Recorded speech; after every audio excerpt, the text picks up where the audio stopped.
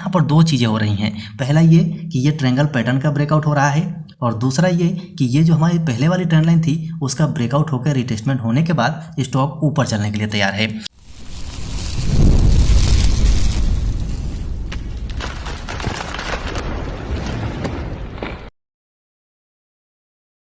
Friends, Infibeam Avenue का last video जो हमने बनाया था उसमें हमने ब्रेकआउट की बात करी थी। मतलब कि ये जो हमारा ट्रेंड लाइन था, जो ट्रायंगल पैटर्न बना हुआ था, इसमें ये जो ग्रीन कैंडल बना था मतलब कि ब्रेकआउट हुआ था, उसके ऊपर में हमने बात की थी और ये भी कहा था कि ये ब्रेकआउट हुआ है तो यहाँ पर रिटेस्टमेंट आना जरूरी है। और फाइनली कल का कैंडल आप देखेंगे तो ये बता रहा है कि इसमें रिटेस्टमेंट आना शुरू हो चुका है। सो आगे इसमें क्या हो सकता है इसके बारे में इस वीडियो में हम बात करेंगे। बहुत सारे इंपॉर्टेंट चीज़ के बारे में इसमें बात करेंगे। आपसे रिक्वेस्ट है वीडियो को स्किप मत कीजिएगा। बहुत छोटा सा वीडियो होगा लेकिन बहुत काम का होगा। देखिए यहाँ पर आपको मैं दो तीन चीज़ आपको दिखाने वाला हूँ one day candlestick chart pattern में। ध्यान से देखिए, यहाँ पर सबसे पहले देखिए ये जो रेड कलर की जो दो लाइनें हैं ये हमारा पहले का ट्रेंड लाइन था। मतलब स्टॉक इसी ट्रेंड लाइन के अंदर में मूव कर रहा था। आप पीछे से भी देख सकते हैं, यहाँ से देख सकते हैं इसी ट्रेंड लाइन के अंदर में स्टॉक मूव कर रहा है। फाइनली यहाँ पर ब्रेकआउट दिया और ब्रेकआउट के ऊपर भी हमने वीडियो बनाया। यहाँ से ब्रेकआउट हुआ है लेकिन इसके अंदर में रिटेस्टमेंट नहीं आया है, इसीलिए हमने कहा था कि ब्रेकआउट हुआ है और ब्रेकआउट अगर सही है तो रिटेस्टमेंट इसके अंदर जरूर आएगा। सो फाइनली आप देखिए ब्रेकआउट हुआ, स्टॉक ऊपर गया 39.95 रुपये मतलब 40 रुपये के आसपास और वहां से इसने रिटेस्टमेंट दिया। देखिए कहां तक आया है, हमारे ट्रेंड लाइन के ऊपर में आया है। मतलब अगर हम इस ट्रेंड लाइन का ब्रेकआउट माने तो यहाँ पर रिटेस्टमेंट हुआ, स्टॉक यहाँ से वापसी कर रहा है। लेकिन यहाँ पर आप जो इंपॉर्टेंट चीज़ देखेंगे, ये जो एक जोन बना हुआ है, इस जोन के अंदर में स्टॉक काफ़ी दिनों से चल रहा था और फाइनली अब यहाँ पर इस जोन का भी ब्रेकआउट दिखाई दे रहा है। आज से 2 दिन पहले स्टॉक ने इस जोन का ब्रेकआउट किया है। मैं थोड़ा बड़ा करता हूं ताकि आपको समझाने में आसानी हो। देखिए यहाँ पर दो चीज़ बन रही है और दोनों चीज़ काफ़ी इंपॉर्टेंट है।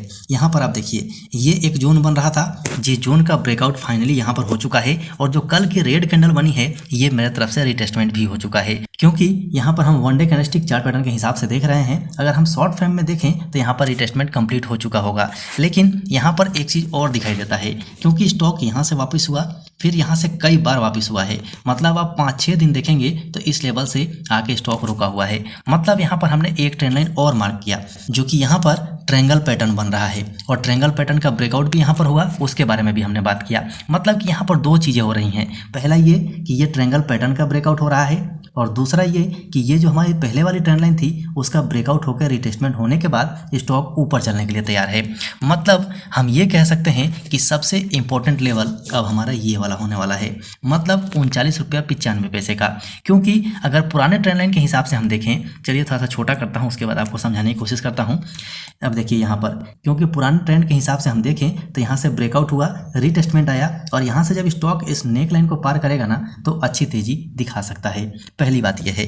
दूसरी बात यह है कि ये जो ट्रायंगल पैटर्न बना हुआ है, इस ट्रायंगल पैटर्न का ब्रेकआउट हुआ और ट्रायंगल पैटर्न आपको पता है कि जब ये ट्रायंगल पैटर्न बनता है तब ब्रेकआउट या ब्रेकडाउन दोनों तरफ कुछ भी हो सकता है। तो फाइनली यहाँ पर ब्रेकआउट हो चुका है। अब ब्रेकआउट के हिसाब से भी देखें तो यहाँ पर 40 रुपये का जो लेवल है ये काफ़ी इंपॉर्टेंट हो जाता है। मतलब यहाँ पर ब्रेकआउट, रिटेस्टमेंट, अब यहाँ से स्टॉक बाहर निकलेगा। लेकिन अब आप ध्यान रखिएगा कहाँ, 38.35 रुपये पे। अगर आज के दिन 38.35 के ऊपर चला जाता है तो इस ट्रायंगल पैटर्न का जो ब्रेकआउट है उसका नेकलाइन क्रॉस करेगा और उसके बाद जब ये 40 रुपये के लेवल को पार करेगा तो जो लंबा ट्रेंड लाइन चल रहा था, जो हमने रेड कलर से मार्क किया था, इसके नेकलाइन का ब्रेकआउट होगा। मतलब दो चीज़ों का ब्रेकआउट हो रहा है, पहला ट्रायंगल पैटर्न का और दूसरा जो लंबे टाइम से ये हमारा ट्रेंड लाइन चल रहा था उसका। दोनों ही रोल में अगर हम देखें तो स्टॉक में हमें तेजी दिखाई दे रही है। मतलब आने वाले टाइम में स्टॉक अच्छी तेजी दिखा सकता है। लेकिन साथ साथ में अपने इंडिकेटर्स को भी देख लेते हैं। RSI 61 का है, मतलब पॉजिटिव है। वॉल्यूम में थोड़ी सी गिरावट जरूर हुई थी, लेकिन वॉल्यूम कभी भी धोखा दे सकता है। आप पीछे भी देख सकते हैं, यहाँ भी वॉल्यूम का गिरावट हुआ था लेकिन अचानक से वॉल्यूम बढ़ा और स्टॉक कहाँ से कहाँ पहुँच गया। मतलब समथिंग 24 रुपये से लेके और 40 रुपये के आसपास पहुँच गया। तो वॉल्यूम कभी भी धोखा दे सकता है। वॉल्यूम के चक्कर में ज़्यादा मत पड़िएगा। यहाँ पर वॉल्यूम भी आप देखेंगे तो 2 दिनों से जो वॉल्यूम बन रहा है उसमें भी ब्रेकआउट दिखाई दे रहा है। साथ ही मूविंग एवरेज हम देखें तो मूविंग एवरेज लाइन भी बहुत अच्छा इंडिकेशन दे रहा है। 20 डेज मूविंग एवरेज सपोर्ट का काम कर रहा है और 44 डेज मूविंग एवरेज इसके साथ साथ चल रहा है। लेकिन इसमें ध्यान देने वाली बात यह है कि दोनों के बीच का गैप बढ़ रहा है। मतलब जितना एक दूसरे से दूर होंगे तेजी उतना ही ज़्यादा होगी मूविंग एवरेज से, मैं ये समझता हूँ। सो फ्रेंड्स, मेरे हिसाब से ये जो मूवमेंट है काफ़ी इंपॉर्टेंट दिखाई दे रहा है, इसीलिए ये वीडियो हमने रिकॉर्ड करके आप तक पहुंचाना बहुत ज़रूरी समझा, क्योंकि काफ़ी लोग ऊपर फंसे हुए हैं, यहाँ पर फंसे हुए हैं। तो मुझे लग रहा है कि ये लेवल तोड़ने में अब ज़्यादा समय नहीं लगेगा, तो आप तसल्ली बनाए रखिए। ऑलरेडी इसका डिटेल में हमने वीडियो बनाया हुआ है, फंडामेंटल के बारे में बात किया हुआ है, इसके बिजनेस मॉडल के बारे में बात किया हुआ है, वीडियो सेक्शन में पड़ा हुआ है, पक्का आप जाके वहाँ से देख लीजिए। उसके बाद ये जो जोन दिखाई दे रहा है, जोन के बारे में हमने कई बार डिस्कस किया है। तो यहाँ पर स्टॉक इतनी दिन अगर रुक गया है तो मुझे लगता है कि जोन को पार करने का तैयारी कर रहा है।